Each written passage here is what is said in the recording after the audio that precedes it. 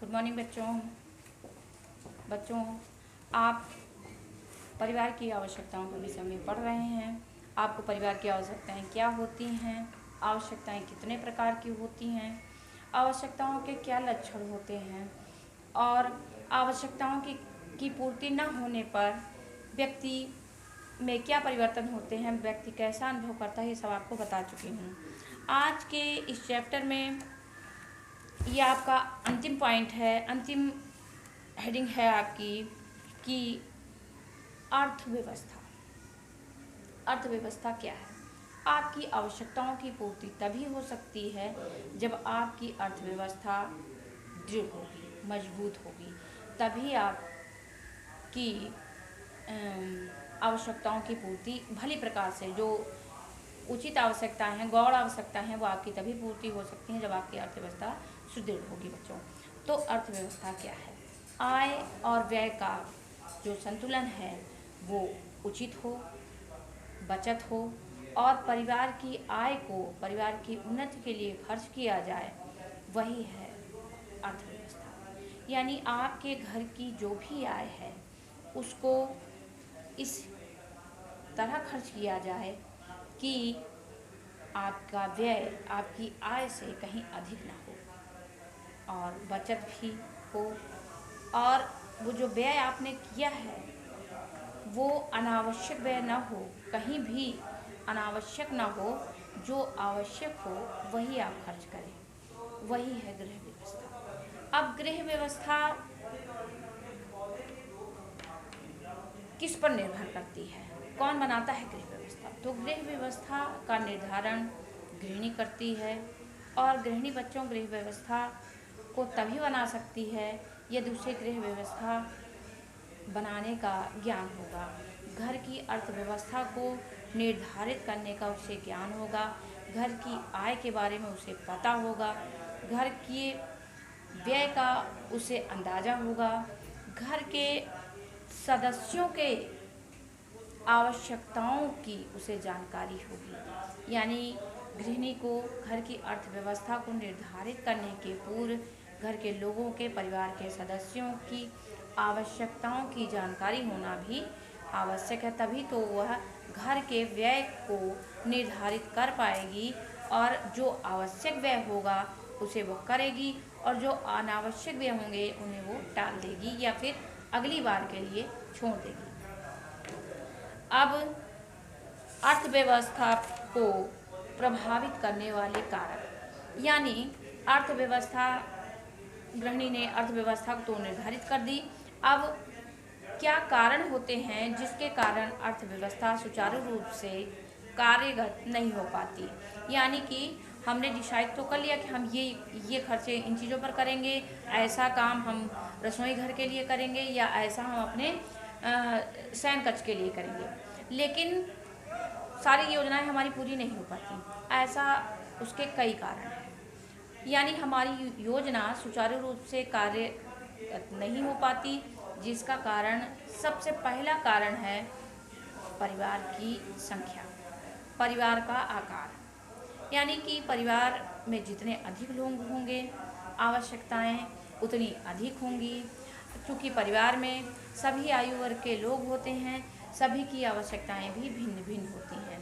कुछ लोग कम खर्चीले होते हैं और कुछ ज़्यादा खर्च करते हैं, व्यय ज़्यादा करते हैं, तो कुछ मितव्ययी होते हैं। और यही कारण है कि गृहिणी भले ही अपनी योजना बना ले, उसको सारणिक रूप में लिख भी ले, लेकिन उसे लागू नहीं कर सकती, लागू कर नहीं पाती, क्योंकि खर्चों का जो उसने स्वरूप तैयार किया वो परिवार के सदस्यों की संख्या के कारण कहीं ना कहीं वो फेल हो जाता है, वो लागू नहीं हो पाता। अगला है मुखिया की स्थिति। देखिए बच्चों, यदि मुखिया की आर्थिक स्थिति अच्छी होगी तो घर की अर्थव्यवस्था भी अच्छी होगी, और यदि मुखिया की आर्थिक स्थिति अच्छी नहीं है तो परिवार की आर्थिक स्थिति अच्छी नहीं हो सकती। यही कारण है कि गृहिणी द्वारा बनाई गई योजना पूरी रूप से लागू तभी हो सकती है जब परिवार के मुखिया की जो आर्थिक स्थिति है वो अच्छी होनी चाहिए। अगला है पारिवारिक व्यय का नियोजन, यानी कि परिवार के लोगों के, परिवार के सदस्यों पर क्या व्यय करना है, कितना व्यय करना है, कौन सा व्यय अति आवश्यक है और कौन सा व्यय जरूरी नहीं है, ये गृहिणी को डिसाइड करना होगा। ये निश्चित करना होगा कि मुझे किन किन मदों पर कितना व्यय करना है, और यदि उस मद पर हम जितना हमने सोच रखा है उससे ज़्यादा व्यय कर रहे हैं, तो हमें इस व्यय की पूर्ति अपने अन्य मदों में जो हमने डिसाइड कर रखा है, हमें उनमें से कटौती करनी है। यानी हम कहीं ना कहीं से उस क्षति को पूरा कर लेंगे। हम अपने जो बचत का धन है हम उसको हम नहीं निकालेंगे। तो ये भी एक कारण है कि परिवार के व्यय का निर्धारण भी यदि गृहिणी ने पहले से करके नहीं रखा है तो व्यय अधिक हो जाएगा और योजना लागू नहीं हो पाएगी। अगला पॉइंट बच्चों कि सामाजिक और आर्थिक परिवर्तनों का प्रभाव, यानी यदि आपके परिवार के सदस्यों की आय अचानक बंद हो गई है, अचानक कम हो गई है या फिर बढ़ गई है, तीनों ही स्थितियों में भी योजना लागू नहीं हो पाती। बढ़ जाने की स्थिति में तो ये है कि चलिए हम कहीं अधिक खर्च कर सकते हैं, जहाँ पर हमने कोई कटौती की हम उस कटौती को अपना पूरा कर लेंगे, या जो चीज़ हमने स्किप कर दी है कि हम अपना ये काम नहीं करेंगे, हम अगली बार करेंगे, उसके लिए हम वो खर्च कर पूरा कर सकते हैं अपना।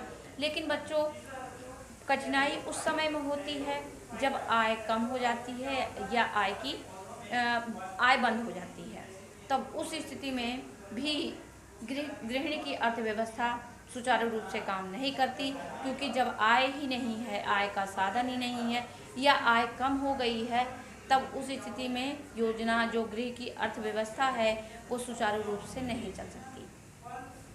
अगला पॉइंट है जीवन स्तर, यानी आजकल की जिंदगी में, आजकल आधुनिक समय में लोग फैशन और दिखावे में और अपने आप को उच्च स्तर का दिखाने के लिए सामाजिक जो दिखावा है वो बहुत अधिक करते हैं। उसके लिए पहनावा, ओढ़ावा और इसके अतिरिक्त फैशन के अन्य सामान, औद्योगिक उपकरण, आधुनिक चीज़ें, कार, बाइक, फैशन के सामान, उन पर इतना अधिक व्यय कर देते हैं कि गृहिणी की जो योजना है, गृह अर्थव्यवस्था है, वो सुचारू रूप से कार्य नहीं कर पाती।